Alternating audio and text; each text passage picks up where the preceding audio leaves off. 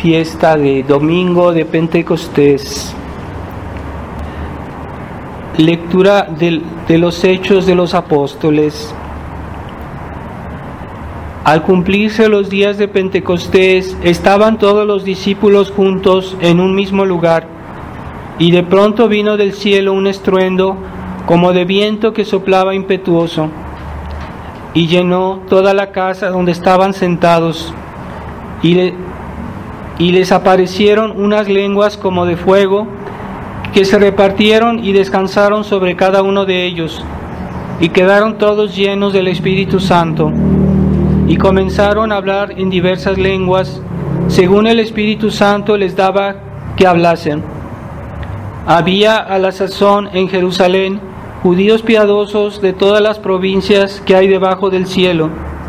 Divulgado el caso, acudió gran gentío y quedaron atónitos, pues cada uno les oía hablar en su propia lengua. Pasmados todos y maravillados decían: ¿no veis que todos esos que hablan son galileos? Pues ¿cómo les oímos cada uno de nosotros hablar en nuestra lengua nativa? Partos, medos y elamitas, los que habitan en Mesopotamia, Judea y Capadocia, el Ponto y Asia, Frigia y Panfilia, Egipto y la región de Libia, que confinan con Cirene, los forasteros y venidos de Roma, judíos y prosélitos, los cretenses y los árabes, les oímos hablar en nuestras lenguas las grandezas de Dios. Continuación del Santo Evangelio según San Juan.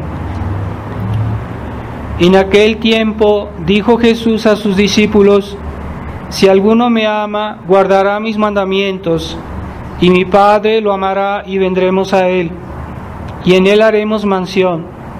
El que no me ama no guarda mi palabra, y la palabra que habéis oído no es mía, sino del Padre que me envió. Estas cosas os he dicho estando con vosotros, mas el Espíritu Santo Consolador, que el Padre os envía en mi nombre, Él os enseñará todas las cosas, y os recordará todo cuanto os he dicho. La paz os dejo, mi paz os doy, no os la doy como la da el mundo. No se turbe ni tema vuestro corazón. Habéis oído que os dije: me voy y vuelvo a vosotros. Si me amaseis, os alegraríais sin duda de que voy al Padre, porque el Padre es mayor que yo. Os lo digo ahora antes que suceda, para que cuando sucediere creáis. Ya no hablaré mucho con vosotros, porque viene el príncipe de este mundo que nada tiene en mí, mas para que conozca el mundo que amo al Padre y que cumplo lo que el Padre me ha mandado,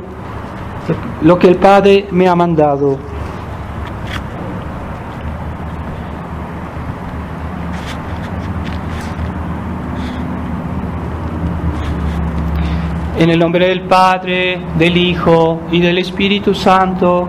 Amén. Ave María Purísima.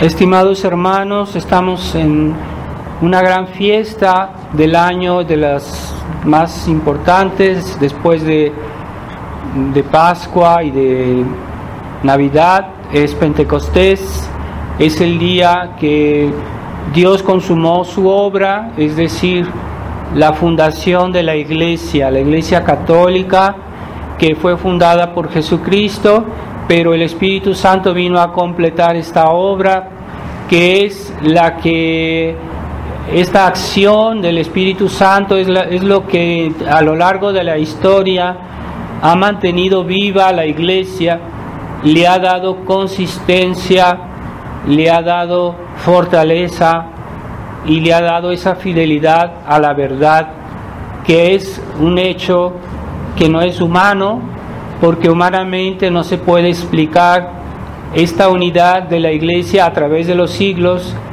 en tantos lugares diferentes, con tantos pueblos, personas de culturas diferentes. Siempre hay una unidad de la fe, y es la misma doctrina, la misma enseñanza, las mismas virtudes, la misma gracia, y eso hace que los católicos de hoy, que estén en cualquier país que sea, piensan igual y reaccionan igual que los católicos del tiempo de los apóstoles. Y a través de los siglos, si uno lee lo que las vidas de santos, si uno lee la historia, por eso es bueno leer, uno ve que hay unidad, es el mismo espíritu, es la misma fe, es la misma esperanza, los mismos sentimientos espirituales que tienen los cristianos, los católicos de hace 2000 años, con los que hoy tienen la verdadera fe. Yo no hablo de la fe corrompida, de la fe modernista que hoy circula en la iglesia oficial y que no es la fe de verdadera, la fe católica. Entonces debemos tener siempre muy presente esa unidad de la iglesia que no cambia, porque como Dios no cambia, porque en Dios siempre será igual, aunque es infinito, es un Dios vivo, pero no cambia, porque cuando una cosa cambia está degradándose, está destruyéndose, pero en Dios no hay esta evolución modernista que pretende la evolución de los dogmas, la evolución de la vida cristiana. No, es siempre la misma fe, es siempre la misma gracia, el mismo Dios, ¿verdad? Dios no necesita cambiar porque ya es perfecto. En las cosas humanas a veces tratamos de cambiar para mejorar, porque es humano y somos imperfectos, pero en las cosas de Dios no necesita cambiar porque ya es perfecto, ¿verdad? Las cosas humanas cambiamos para volvernos mejores y es normal, pero Dios no necesita cambiar, en Dios no hay evolución, en Dios no hay una mejoría, porque Dios ya es perfecto, ya tiene todas las perfecciones a un grado infinito. Por eso Dios no cambia, ¿verdad? Es estable y plenamente feliz, no necesita más.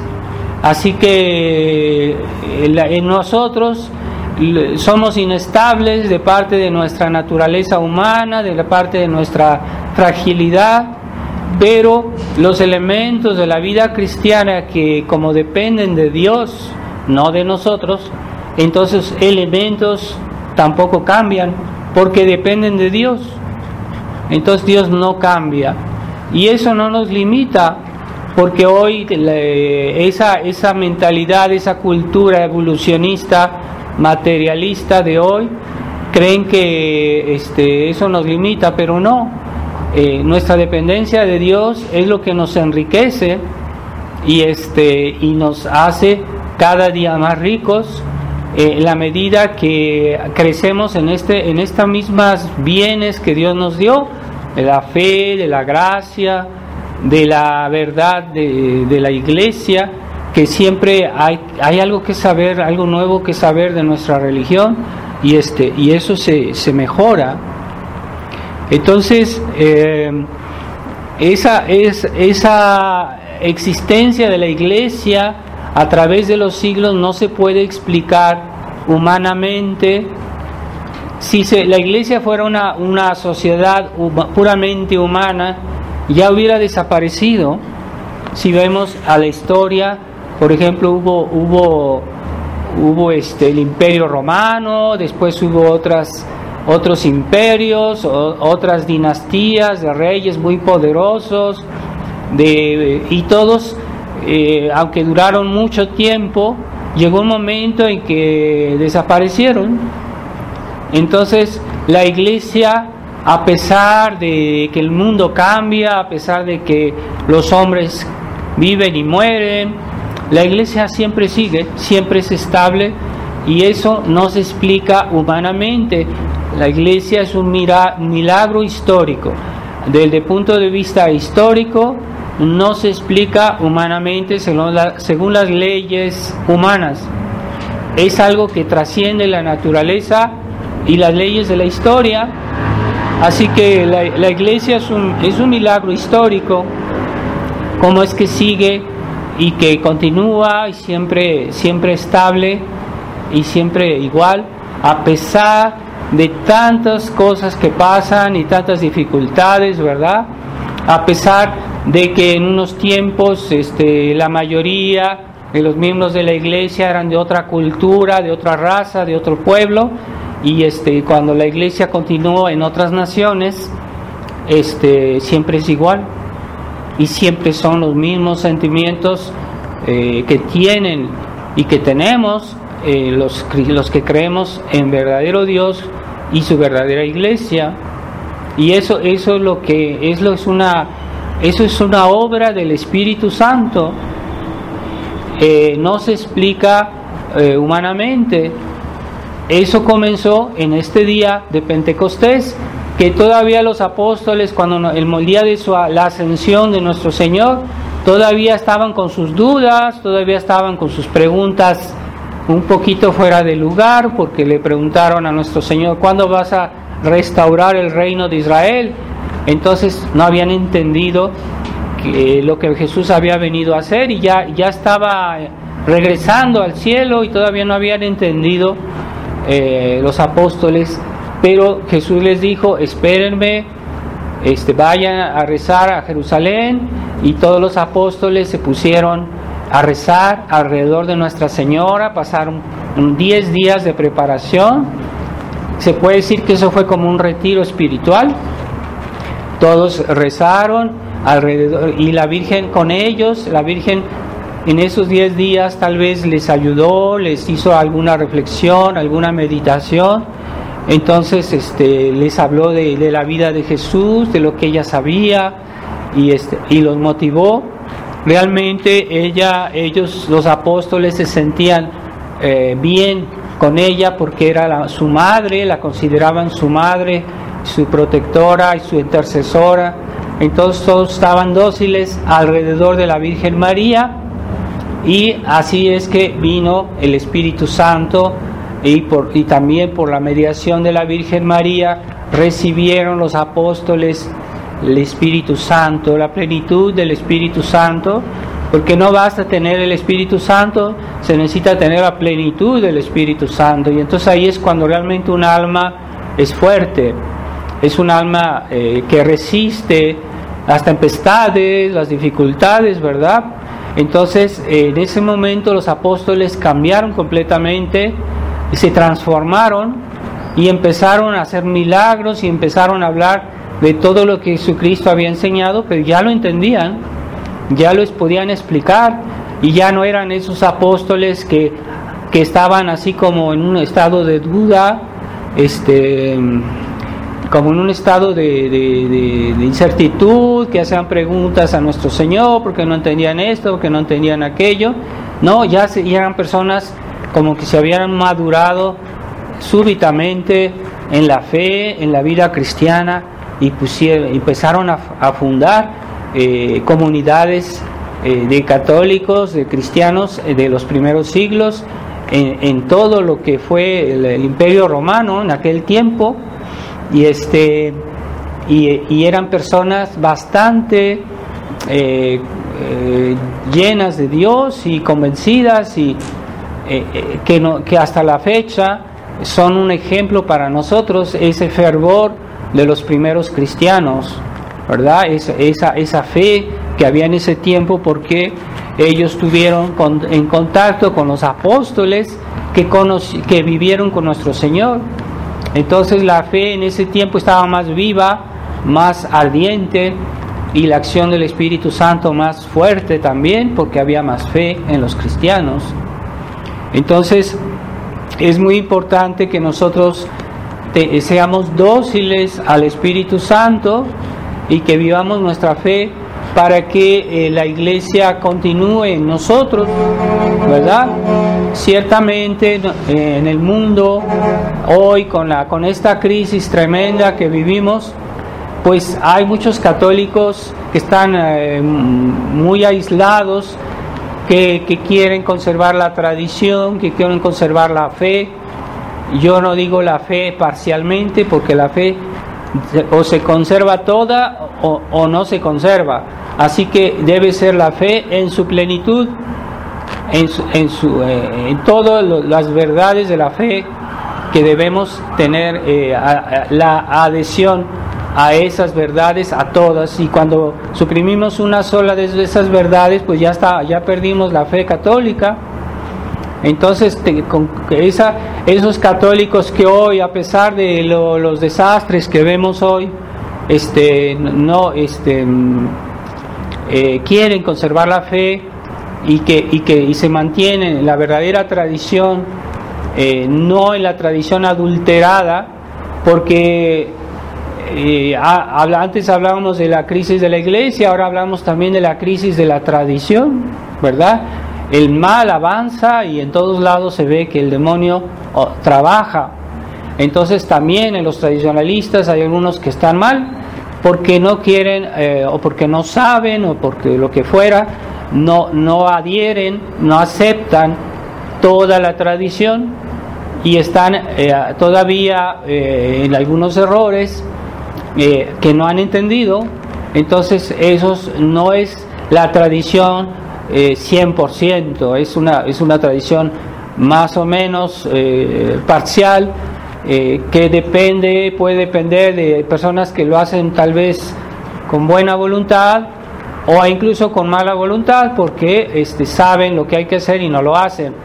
Entonces la plenitud de la tradición no solo es decir que la misa hay que regresar a la misa tradicional.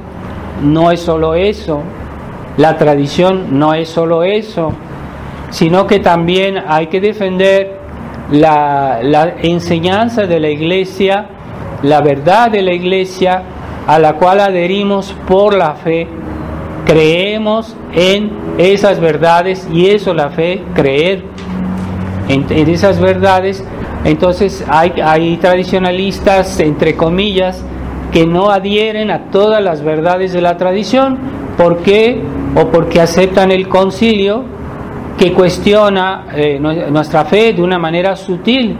A veces no es así descarado, pero hay todo un espíritu en el concilio que es humanista, que es sentimental, que es espíritu moderno, y ese espíritu, aunque digan cosas de la fe que son correctas en sí mismas, pero es todo un conjunto que hace que el concilio en bloque esté mal. Y por eso Monseñor Lefebvre nunca citaba el concilio en sus sermones, en sus escritos, nunca lo citaba, porque ya el concilio, del momento en que se cuestiona algo, ya todo es sospechoso, ya todo es dudoso, y no se puede tomar al concilio como un criterio de autoridad, porque para saber si todo lo que dice el concilio está bien, de todos modos siempre debemos referirnos a la antigua enseñanza, al antiguo magisterio antes del concilio. Así que no tiene caso, mejor referámonos a la enseñanza de los buenos papas, Pío XII, los papas anteriores, ¿verdad?, que enseñaron la buena doctrina, la enseñanza de la fe como debe ser. La Iglesia no es algo que acaba de suceder. La Iglesia tiene 2000 años de historia, 2000 años de enseñanza, y eso se puede verificar para los que no son perezosos, que no les gusta leer. Entonces podemos verificar, hay libros que nos muestran lo que siempre la Iglesia ha enseñado, y es bueno interesarse en eso, buscar esos libros y instruirse, ¿verdad? Porque si no, nuestra fe, nuestra práctica tradicional se vuelve una cuestión sentimental, o estamos apegados a tal sacerdote o a tal persona, pero no es eso. es que nosotros a través de un sacerdote estamos ligados a toda la iglesia, a toda la historia, a todos los papas, a todos los católicos de todos los siglos. Entonces hay personas que ven solo el sacerdote, pero no, nosotros estamos aquí defendiendo la tradición de la iglesia, ¿verdad? Y también estamos combatiendo, porque para defender la fe hay que combatir el error. No se puede defender la fe si no se combate el error, así que es necesario denunciar el error. Y en los concilios de la historia, que la iglesia, los buenos concilios, siempre se terminaba con los anatemas. Los anatemas era, primero se exponía la doctrina, la verdad, y después se condenaba el error contrario. Y eso siempre lo hizo la iglesia. Entonces hoy hay tradicionalistas que dicen, no, solo basta decir la verdad. Y con eso ya todos entenderán. No, no es verdad. Hay que también denunciar el error contrario. Eso es el espíritu de la iglesia. Siempre la iglesia lo hizo así. Entonces al final había los anatemas que decían, si alguno dijere que esto no es verdad, que sea anatema, o sea, que sea excomulgado, que sea echado de la iglesia, que sea condenado, ¿verdad? Esos eran los anatemas. Y en el Concilio Vaticano II no hay anatemas, porque ellos quisieron estar bien con el mundo moderno, este mundo moderno que es una fermentación de las ideas liberales, de las ideas que vienen de la Revolución Francesa, que vienen y de muchos errores que hoy ya circulan por la sociedad. Hay que ver lo que se dice en las escuelas, lo que se dice en las universidades, lo que la gente comenta, lo que se lee en los libros que se venden, y son ideas que vienen de la Revolución Francesa, y hoy lo que cuenta es el hombre, pero no, el hombre es secundario, lo que cuenta realmente es Dios. Y el hombre, para que sea hombre, para que pueda vivir y pueda prosperar, necesita de Dios. El hombre no se puede bastar a sí mismo, necesita de Dios, de la ayuda de Dios.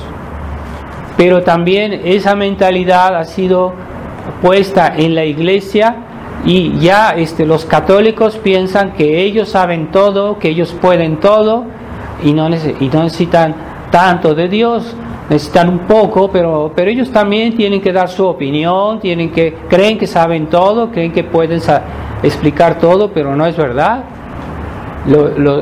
Incluso los católicos necesitan de Dios, necesitan de la iglesia, de la explicación de la iglesia, necesitan de buenos sacerdotes. Yo no hablo de malos sacerdotes, pero de buenos sacerdotes. Son aquellos que nos transmiten con fidelidad la enseñanza de la iglesia. Así que yo, por ejemplo, yo no estoy inventando nada, yo trato de conformarme a lo que siempre la iglesia enseñó. Así que no hay que decir, bueno, yo estoy con tal padre, yo estoy con tal... No, nosotros estamos con la iglesia. El mismo Monseñor Lefebvre no hablaba de esa manera. Él decía, no, yo lo único que hago es repetir, lo único que hago es transmitir, yo lo único que hago es darles lo que la iglesia siempre pensó, lo que la siempre hizo, y es lo que yo transmití, ¿verdad? De hecho, él pidió que en su tumba pusieran esa frase del apóstol San Pablo que dice, yo transmití lo que recibí. Esa frase la pusieron en esa inscripción en su tumba, porque Monseñor quiso decir que él no inventó nada, él no, simplemente lo que hizo es transmitir la tradición de la iglesia. Y los modernistas en el Concilio Vaticano II y posteriormente están modificando la iglesia, están creando algo nuevo. De hecho, el Papa mismo se atreve a contradecir a Jesucristo, se atreve a a dar órdenes a las mujeres cuando Dios no quiso que las mujeres recibieran el sacerdocio, ni a la Virgen María, que era su madre, Él quiso que fuera sacerdote. Entonces, ¿por qué el Papa se arroga un poder mayor que el de Jesucristo? No es normal, no es posible.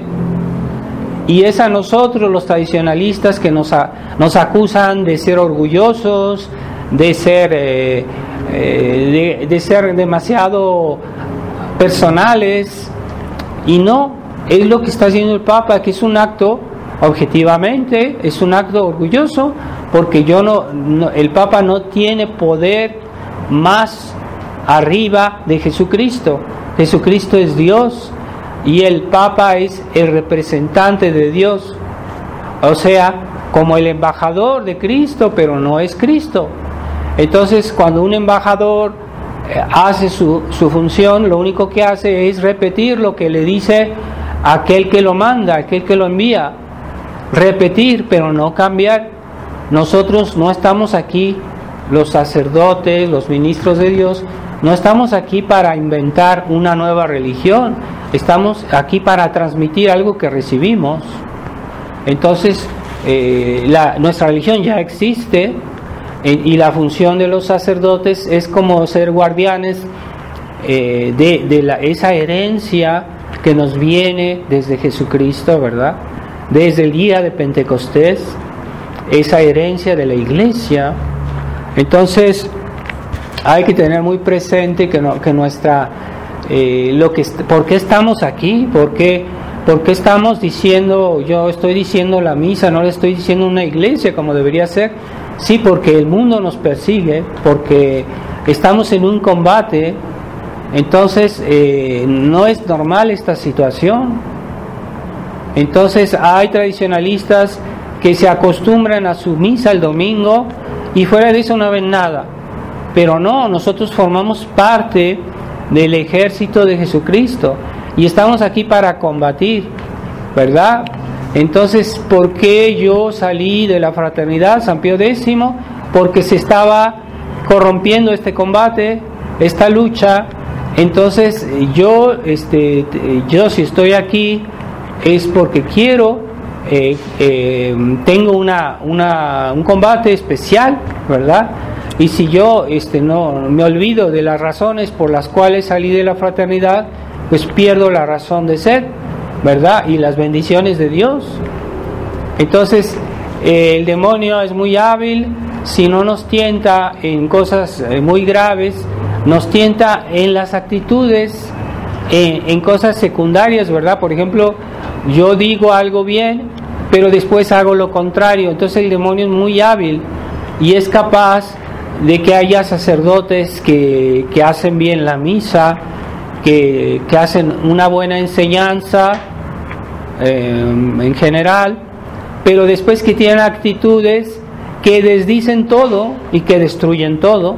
Entonces, ¿de qué sirve que un tradicionalista conserva la misa, conserva el catecismo, conserva lo esencial de la fe, pero después quiere pactizar con aquellos que están contra todo eso? Entonces es una manera de destruir lo que yo digo, lo que yo estoy haciendo, ¿verdad? Es como decir a una persona, ve a misa y comulga y después haz actos que ofenden a Dios. Entonces, como si yo no voy a aprovechar ni de la misa ni de la comunión si yo estoy en pecado, porque estoy haciendo actos que comprometen mi fe o que no están bien. Entonces el demonio es muy hábil y de alguna manera quiere neutralizar nuestra vida cristiana, y a veces no es de una manera directa, a veces simplemente por una omisión, aunque todo lo demás esté bien, pero por una omisión puede ser que hagamos un pecado mortal y que nos condenemos, que vayamos al infierno por una omisión. El demonio es muy hábil, él sabe eso. Entonces dice, bueno, haz todo bien, pero con que hagas este pecado, pues ya estoy asegurado que tú vas a venir conmigo al infierno.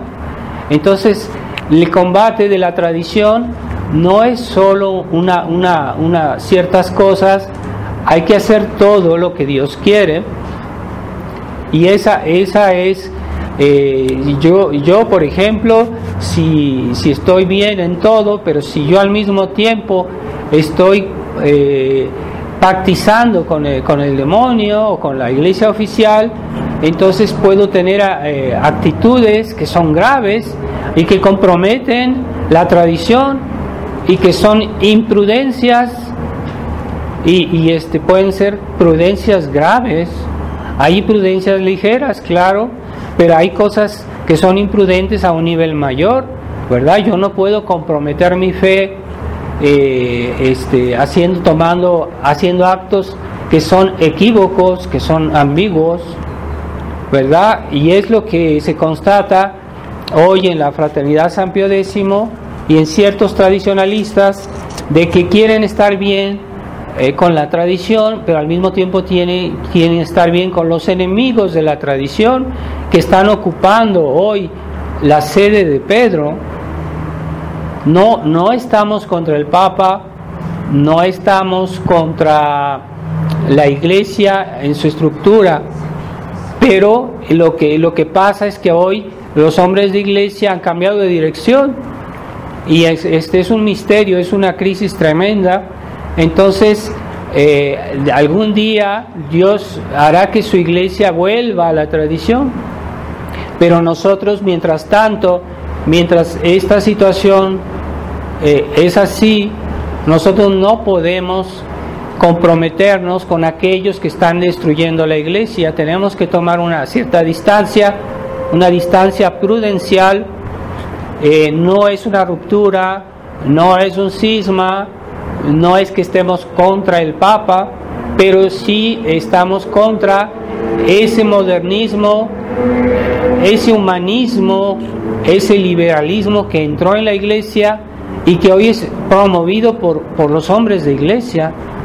Es algo espantoso, es un misterio, pero nosotros no podemos colaborar con eso, ¿verdad? Así como cuando la sinagoga en el tiempo de nuestro Señor pues se puso contra el Mesías. Dios había hecho el Antiguo Testamento y la sinagoga, todo estaba orientado a la venida del Mesías, y cuando vino el Mesías lo rechazaron, pero no todos en la sinagoga, en el Sanedrín, estaban de acuerdo, eran una minoría. Por ejemplo, Nicodemo, fue Nicodemo que enterró a nuestro Señor, ¿verdad?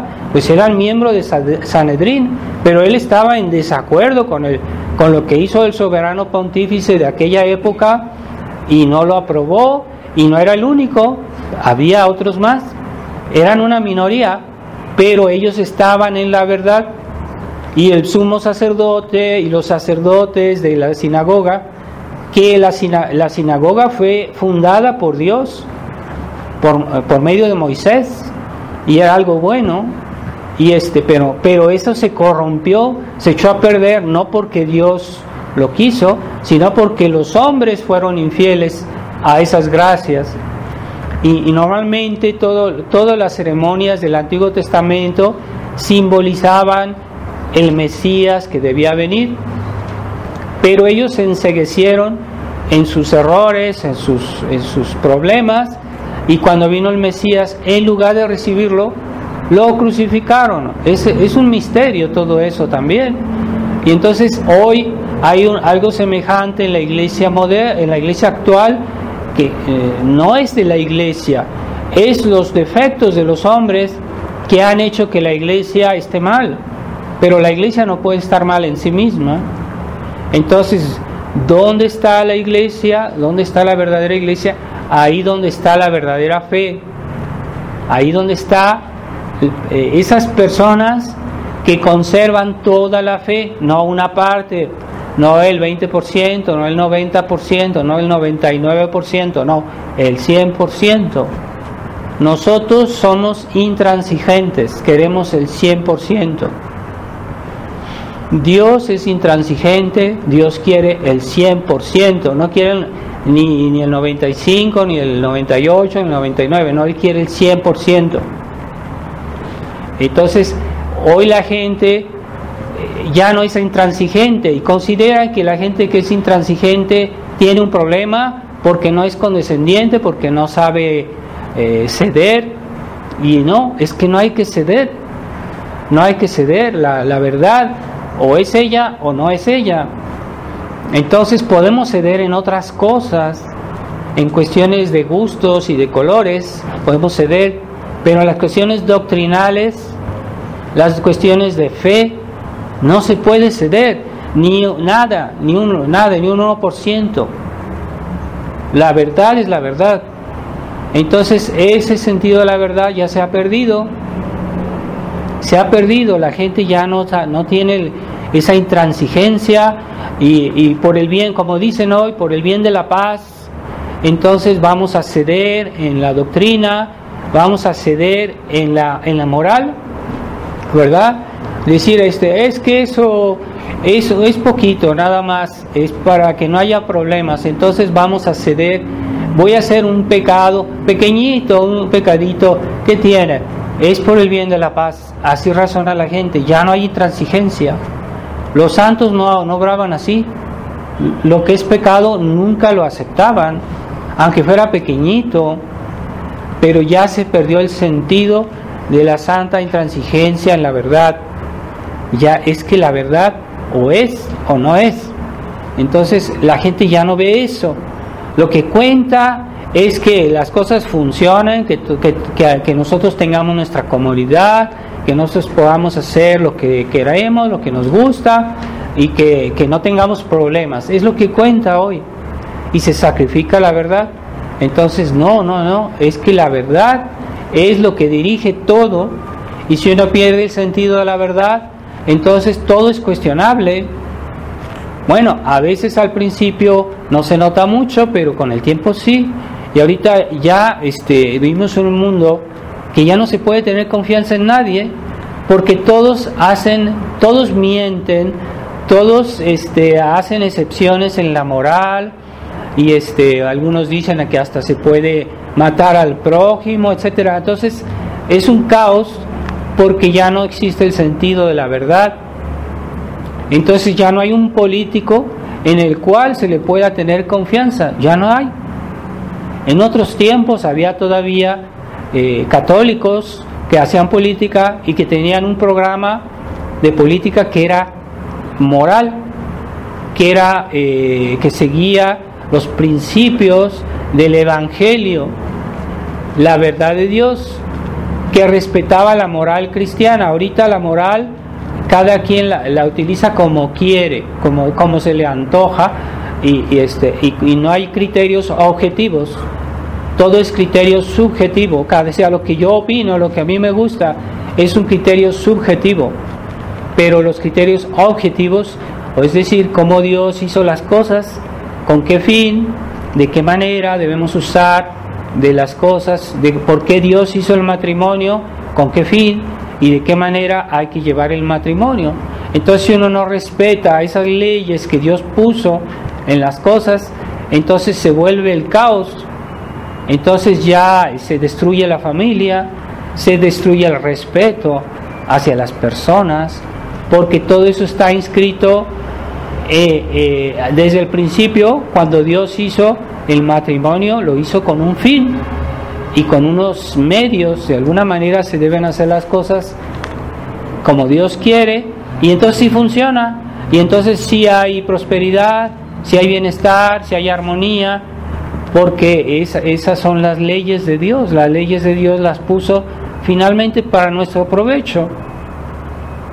Hay gente que piensa que uno se aburre si uno sirve a Dios, si uno hace todo como Dios lo quiere, es algo como arbitrario, pero no. Dios ha querido que le sirvamos haciendo generalmente aquello que es nuestro provecho. Él es tan bueno que nos hubiera podido pedir que lo sirviéramos de otra manera, que no nos aprovecha en nada, y que así lo sirviéramos. Pero no, Él como buen Padre, Él quiere que lo sirvamos, y siempre lo que hacemos, por ejemplo, el precepto de ir a misa el domingo, pues nos hace muchísimo bien venir a misa el domingo, es por nuestro provecho, pero Dios quiere que de esa manera lo honremos, que santifiquemos el domingo yendo a misa, y es justo que santifiquemos el domingo, aunque eso no nos aprovechara en nada. Debemos honrar a Dios, pero al mismo tiempo que lo honramos, recibimos gracias, nos fortifica el alma, nos aleja del pecado, nos gana el cielo, méritos para el cielo, y todo eso es para nuestro bien. Entonces, así es que debemos servir a Dios como Él quiere ser servido, y en ese camino que Él ya nos marcó, no debemos decir, es que yo soy más inteligente, soy más listo que Dios, que la iglesia, entonces vamos a mejorar la misa, vamos a hacerla de otra manera, porque yo pienso que esto así es mejor. Y es lo que hicieron los modernistas, cambiando la misa, creyeron que iban a hacer la iglesia mejor y destruyeron una tradición de 2000 años por un capricho y porque eran racionalistas. Racionalistas creen que todo lo saben, que todo lo entienden y que todo lo pueden explicar. Lo que yo no entiendo, entonces no me interesa, lo desecho. Así hay mucha gente hoy, pero es que nuestra fe no se puede entender todo. Hay muchas cosas en nuestra fe que no podemos explicar y hay que asumirlo así como es. Hay que aceptarlo, pero hoy la gente se ha vuelto racionalista, quiere saber todo, y si uno no satisface su curiosidad, entonces lo rechazan. Eso es racionalismo, eso es modernismo. Entonces, en nuestra religión hay muchos misterios, pero debemos aceptarla porque viene de Dios, ¿verdad? Entonces, ¿quién nos va a ayudar a comprender mejor la iglesia? Pues es el Espíritu Santo.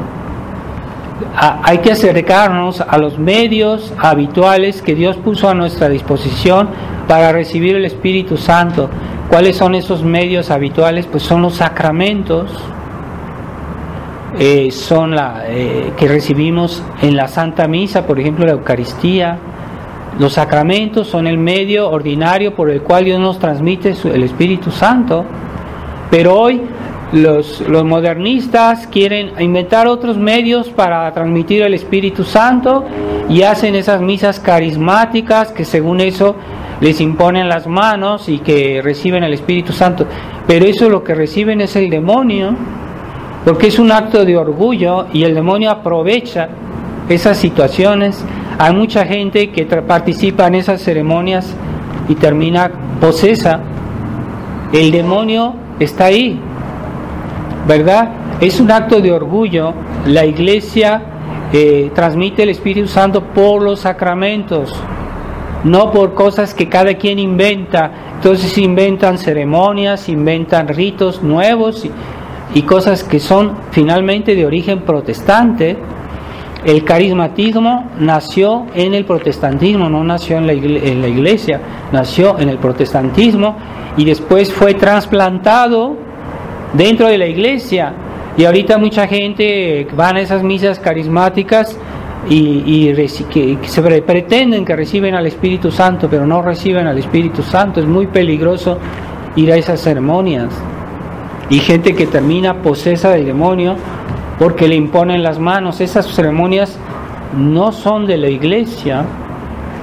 Así que hay que tener mucho cuidado con esas modas, con el aparicionismo. Ahorita hay mucho aparicionismo. El demonio está desencadenado porque la iglesia ya no cumple la iglesia está eclipsada. Ya el magisterio de la iglesia está eclipsado. Entonces, como antes la iglesia nos decía, esta es una verdadera aparición o esta es una falsa aparición que es del demonio, pero el demonio se puede aparecer como ángel de la luz. El demonio puede aparecerse como si fuera el Sagrado Corazón y engañar a la gente, desviar a la gente. San Ignacio tuvo una aparición del Sagrado Corazón que fue el demonio, y San Ignacio pues era un santo y supo discernir, ¿verdad? Porque vio en su cara que era un Cristo afeminado, como hay muchos Cristos afeminados que son de apariciones, de falsas apariciones, con una cara completamente sentimental, y eso deforma la fe de los fieles. Es peligroso, por eso, andar aceptando, es que hubo una aparición aquí, es que hubo otra aparición allá. Cuidado, después del Concilio Vaticano II todas las apariciones son sospechosas, porque ya la Iglesia ya no cumple su función magisterial, y actualmente con esta crisis la Iglesia está eclipsada, y lo que dicen los pastores pues ya no sabe uno qué pensar. Entonces es mejor referirse a las apariciones antes del concilio, las apariciones que la Iglesia aprobó, cuando la Iglesia estaba bien, cuando los pastores eran fieles a la fe, a la tradición. En ese momento todo lo que nos decían es seguro. Por eso yo no aconsejo, por ejemplo, leer libros que han sido escritos después del concilio.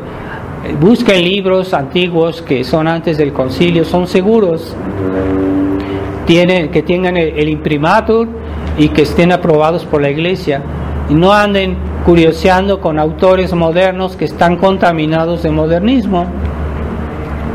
No andar curioseando con las apariciones, coqueteando con las apariciones que aquí y allá, porque esas apariciones son diabólicas. El demonio se aparece. Entonces hay incluso apariciones que los mismos modernistas rechazan porque son manifiestamente no son de Dios, como Medjugorje. Hay obispos modernistas que condenan Medjugorje con razón, porque sí, esa aparición es falsa. Hay un libro escrito, pero está en italiano, pero ese libro explica muy bien por qué Medjugorje es una aparición diabólica. Y hay gente que dice que va allá y dice, es que yo sentí muy bonito, y que cuando estuve en ese lugar, es que el demonio puede hacer sentir bonito, el demonio puede simular al Espíritu Santo. Pero ¿cómo sabemos que es el Espíritu Santo? Cuando nuestra fe es conforme a la enseñanza de la Iglesia, a la enseñanza de siempre, no esa enseñanza de Vaticano II, no, a la enseñanza de siempre, tradicional. Entonces, el Espíritu Santo, Él nos dirige a la verdad, pero siempre será la verdad del Evangelio, la verdad de la tradición que nos viene de Jesucristo, por los apóstoles, por los primeros santos, los primeros cristianos, por los papas de toda la historia. Todos decían lo mismo. Pues si uno se interesa y uno se fija lo que decían todos los papas, hay libros que explican eso, y todos los papas decían lo mismo. Y ahora resulta que el Papa Francisco pues ya está anulando los matrimonios, cuando Jesucristo dijo, lo que Dios unió, el hombre no lo separe. No se puede suprimir el matrimonio, es imposible, ni el Papa puede hacer, no tiene ese poder. Lo que el Papa puede hacer es constatar cuando un matrimonio no se llevó a cabo, y que en realidad hubo un vicio de forma, que cuando se hizo ese matrimonio no tuvo valor, en realidad nunca existió. Entonces lo que el Papa puede hacer es declarar simplemente que ese matrimonio nunca tuvo valor, que nunca existió. Es un poder declaratorio, nada más. Pero el Papa no puede, un matrimonio que se llevó a cabo con la debida forma, el Papa no lo puede suprimir. Bueno, pues ahora resulta que sí. Y hay personas que quieren cambiar de mujer, ¿no? Entonces van a ver al obispo del lugar y les anula el matrimonio. Pues es contrario a lo que dijo Jesucristo, ¿verdad? O que el Papa ya está dando, ya permitió dar las órdenes a las mujeres. Bueno, él está contradiciendo a Jesucristo de una manera evidente, de una manera descarada. ¿Ven? Ni la Virgen María fue sacerdote, nadie más santo, más elevado que la Virgen María. Si alguien era digno de recibir el sacerdocio, era la Virgen María. Pues no, Jesucristo no quiso, y Jesucristo lo decidió así porque es Dios, y si Dios tendrá sus razones, aunque no las diera, pues al hombre racionalista, a los católicos que tienen espíritu racionalista, dicen: ¿por qué Dios no quiso hacer esto? Quieren entender todo. Jesús tendrá sus razones, me basta que me digan que Dios lo quiso así, es suficiente, porque Dios no se equivoca, y aunque no haya explicado por qué, de todos modos es la verdad. Entonces hoy la gente quiere entender, y si no entiende, rechaza, y eso está mal. Entonces la fe no tiene ningún mérito. La fe es creer algo que no vemos, algo que no entendemos. Y si yo quiero entender todo, pues ya no tengo fe. Entonces ciertas cosas es bueno entenderlas, porque hay ciertos aspectos de nuestra religión que es mejor entenderlos más o menos, pero siempre habrá algo que no entendamos, ¿verdad? Es como un niño que no obedece si no le explican por qué. Entonces no puede ser, porque los papás no le pueden explicar todo y él no lo puede entender. Entonces ese niño puede practicar la fe y decir: bueno, si mis papás me dicen que haga esto y Dios lo quiere, que yo sea obediente, entonces lo voy a hacer, aunque no entienda, no sé por qué, pero así es. Eso es practicar la fe, de cosas que yo no sé, de cosas que yo no entiendo. Y en la medida que yo entiendo, ya no lo hago por fe, lo hago por convicción, por lo que ustedes quieran, pero no es por fe. Entonces la fe es de cosas que yo no veo, de cosas que yo no entiendo. Así que en mi religión hay muchas cosas que yo no puedo explicar, pero yo lo hago porque Dios lo dijo, y eso es fe.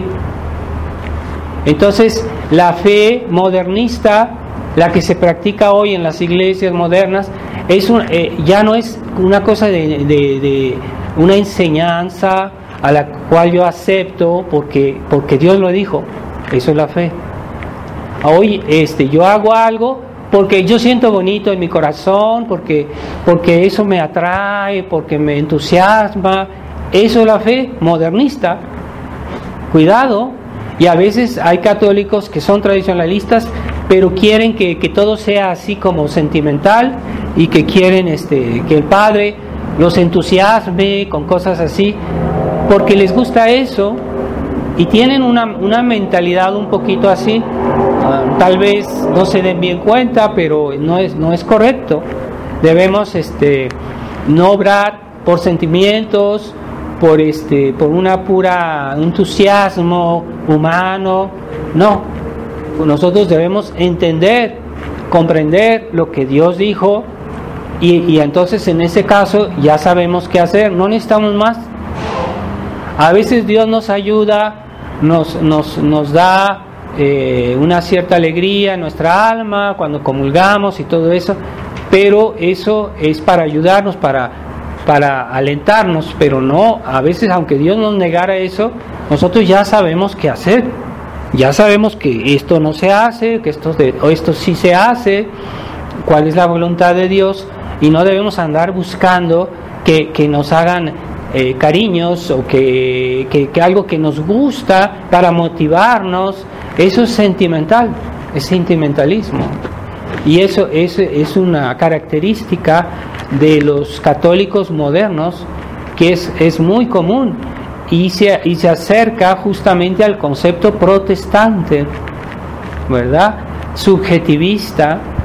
Es que a mí cada quien, el Espíritu Santo me guía, y yo siento que eso es subjetivo, no son razones. El cristiano debe guiarse siempre por razones, no por sentimientos. El sentimiento debe secundar las razones, pero no debe precederlas. Entonces lo principal son las razones. ¿Por qué? O sea, hay cosas que aunque yo no puedo explicar, pero yo sé que Dios lo dijo, entonces es una razón, porque Dios es la verdad, y todo lo que Dios dice, pues eso es definitivo, porque es Dios. Entonces es que esto Dios lo dijo. Bueno, eso es una razón muy razonable, porque Dios lo dijo. Pues yo no entiendo, no importa, Dios lo dijo, así es. Entonces, como la iglesia nos transmite la enseñanza de Dios y nos la explica y nos la adapta a nuestras personas, debemos aceptar la enseñanza de la iglesia. Lo que la iglesia siempre ha enseñado, lo que la iglesia siempre nos ha propuesto, es la voluntad de Dios. Y Jesucristo lo dijo en varias ocasiones a los apóstoles, que el que escucha a ellos, escucha a Jesucristo. Entonces debemos tener esa fidelidad a la iglesia, porque la iglesia tiene el Espíritu Santo. Y la iglesia recibió el Espíritu Santo el día de Pentecostés. Y esa acción del Espíritu Santo permanece en la iglesia a través de los siglos. Entonces, si yo me pongo a contradecir la acción del Espíritu Santo, entonces estoy haciendo que los fieles o los sacerdotes o los hombres de iglesia mismos se extravíen, porque hay que seguir la acción del Espíritu Santo, ¿verdad? Y Jesucristo dice que aquel que me escucha, pero que guarde mis mandamientos, mi Padre lo amará y vendremos a Él. Es decir, que no solo el hecho de saber, sino también practicar nuestra religión.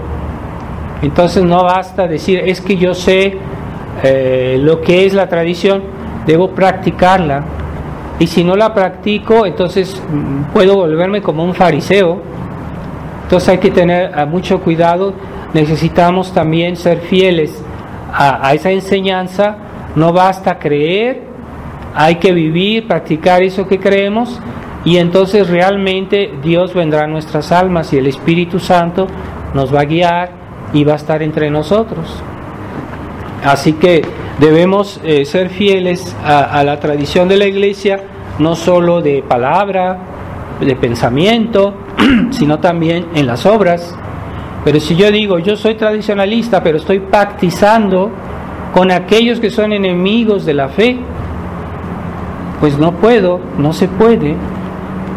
Y cuando yo colaboro con aquellos que están destruyendo la fe, y yo estoy dejándome llevar a un callejón sin salida, o a cometer un pecado, ¿verdad? Porque en la Biblia dice en muchas ocasiones que hay que evitar aquellas personas que están contradiciendo la fe.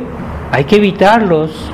¿Por qué? Porque el hecho de convivir con ellos nos hace que nos contagiemos de eso. Hasta se dice en una de las epístolas, ni el saludo, porque el que lo saluda comunica con sus obras. Con más razón que el saludo es colaborar con ellos, convivir con ellos, y eso es lo que se está haciendo poco a poco en la Fraternidad San Pío X. Por eso es la razón de nuestro combate, es no solo pensar bien, sino actuar bien también. Esa es entonces lo contrario de la acción del Espíritu Santo es la acción del demonio. Y aquellas almas que se dejan guiar primero que rechazan la enseñanza de Dios, que rechazan la acción del Espíritu Santo, entonces automáticamente viene el demonio. No se puede evitar. Una persona que se aleja de Dios por el solo hecho de alejarse de Dios, se pone en las manos del demonio. Entonces es lo que habla Lucía de Fátima. Decía que iba a haber ahí en la iglesia una desorientación diabólica. Es aquellos católicos o aquellos miembros del clero que se han dejado engañar por el demonio, porque creen en la sabiduría del mundo, porque creen en el mundo, porque creen en el liberalismo, porque creen en el humanismo. Entonces ya no tiene, el demonio es el que les inspira todo eso. Entonces es una desorientación diabólica de personas que creen que están sirviendo a Dios, pero en realidad están sirviendo al demonio. Es una desorientación diabólica.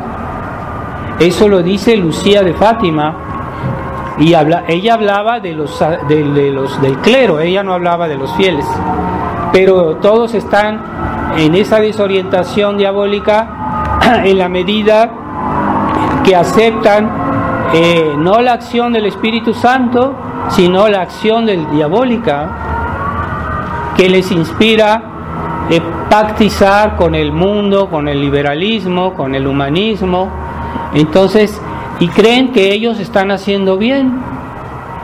¿Por qué hoy la prensa, todos los enemigos de Dios apoyan al Papa Francisco? ¿Por qué lo apoyan? Y cuando él habla, sale todo eso en los periódicos. Cuando lo atacan, como el Monseñor Vigano descubrió y quiso publicar que el Papa había apoyado a un cardenal que era pederasta en Estados Unidos, manifiestamente, y había pruebas, y muchas pruebas, y el Papa no lo quiso procesar, no lo quiso condenar, lo apoyó finalmente. Cuando la prensa apenas hay un sacerdote escandaloso, eso lo publican en todo el mundo, en todos los países. Pero ¿por qué no dijeron que el Papa Francisco había apoyado a ese cardenal? Porque el Papa está del lado del mundo, está del lado de esas gentes que quieren destruir a la Iglesia, que quieren perseguir el cristianismo, quieren erradicar el cristianismo del mundo. Y esa gente apoya al Papa Francisco porque él va en el sentido de ellos, porque él es humanista, porque él recomienda las vacunas, porque él recomienda muchas cosas que están mal, que son parte de ese movimiento anticristiano que hay hoy en el mundo.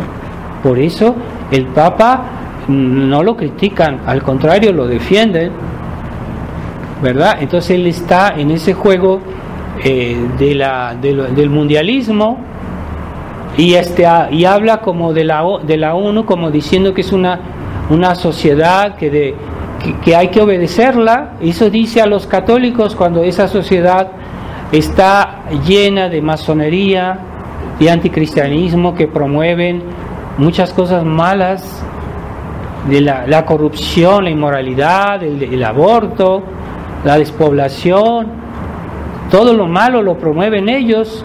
Y el Papa dice que hay que obedecer a esas organizaciones porque son la autoridad. Entonces es por eso que el Papa, hoy la prensa está en las manos de los enemigos de Dios, pues ellos promueven al Papa, lo defienden, y cuando va a algún lugar le hacen todo lo que él quiere porque él está con ellos.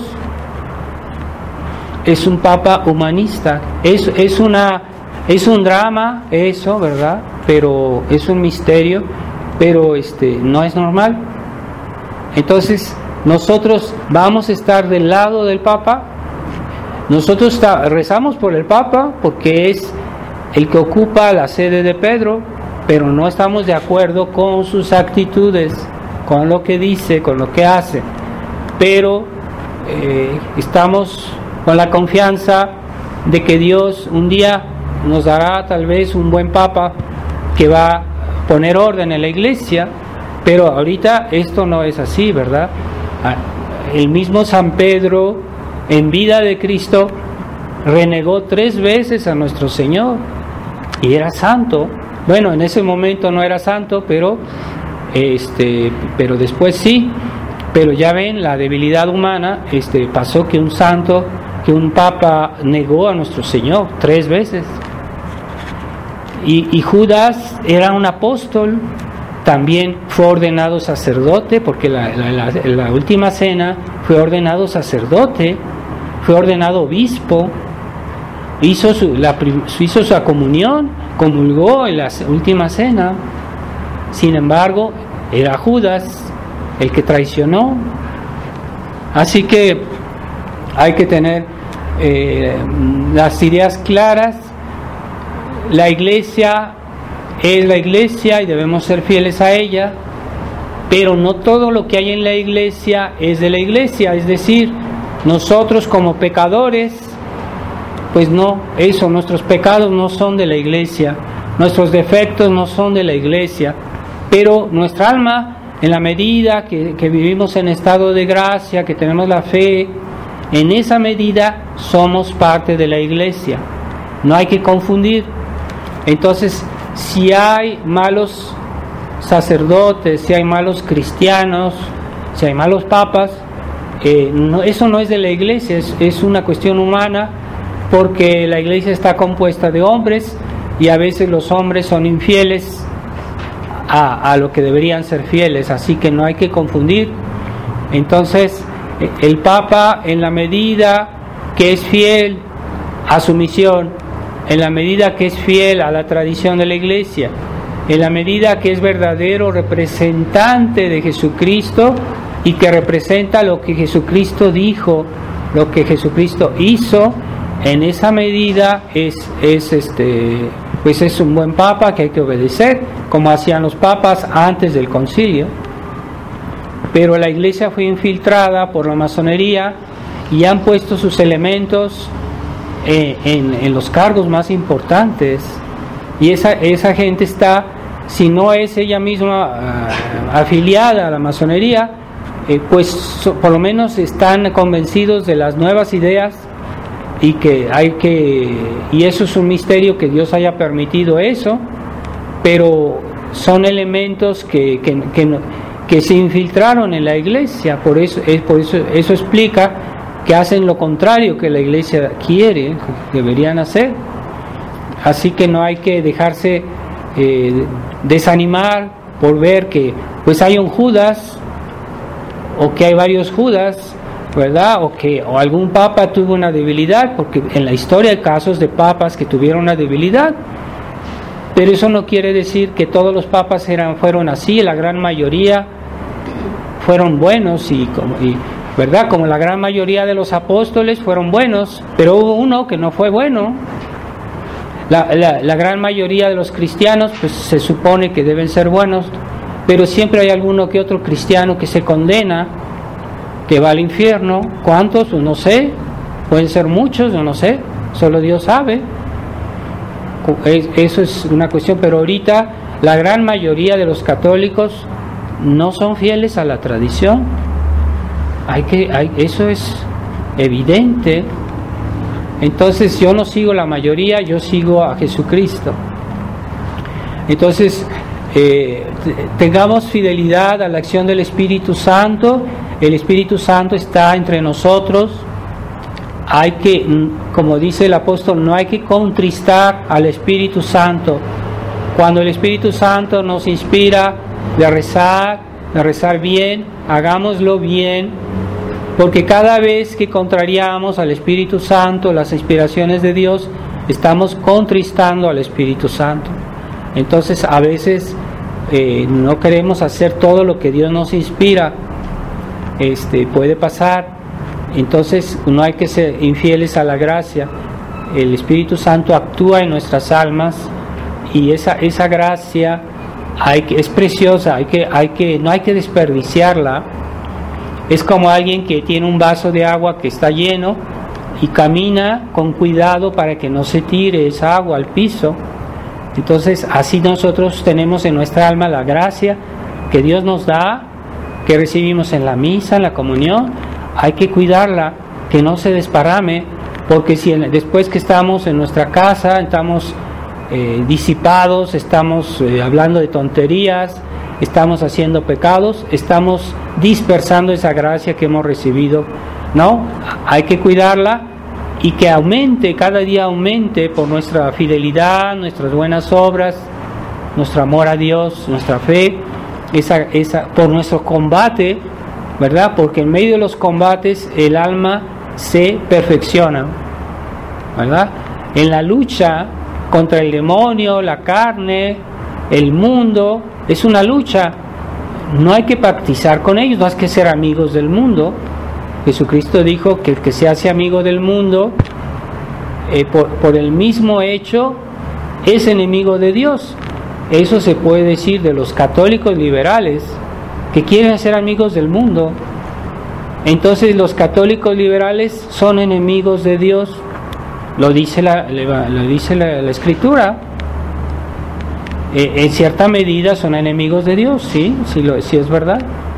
Entonces no dejemos que ese espíritu mundano entre en nuestras almas, porque estamos neutralizando la acción del Espíritu Santo, estamos contristando al Espíritu Santo. No pactizar con el mundo, el espíritu que del mundo, que hace que tengamos un espíritu liberal. Es el gran drama de los católicos de hoy, que les gusta el mundo, que creen que la fe y el mundo son compatibles. No son compatibles. El mundo que está al servicio del pecado y que está contaminado de liberalismo, de humanismo, todo eso son errores que la Iglesia ya condenó, que la Iglesia prohibió. Entonces es muy fácil contaminarse de eso hasta cuando uno platica con la gente en la calle, en nuestras amistades, porque ellos tienen esa mentalidad y les parece natural, y nosotros hablando con ellos, por no contradecir, estamos actuando como ellos. Cuidado, no, debemos saber decir, no, es que eso no es correcto, es que eso no estoy de acuerdo. O sea, podemos decirlo con un espíritu no de pelea, sino de mostrar la verdad, aunque no guste. Y eso es ser fieles a la gracia.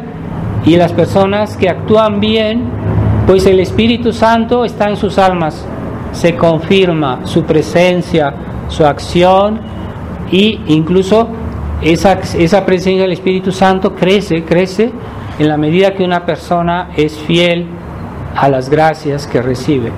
Vamos a pedirle eso hoy, así como los apóstoles por la intercesión de la Virgen María recibieron al Espíritu Santo. Vamos a pedir a la Virgen María que nos comunique ese espíritu de fe y de fidelidad a la gracia, para que seamos realmente miembros a título pleno, miembros de la Iglesia. Ave María Purísima, en nombre del Padre, del Hijo y del Espíritu Santo. Amén.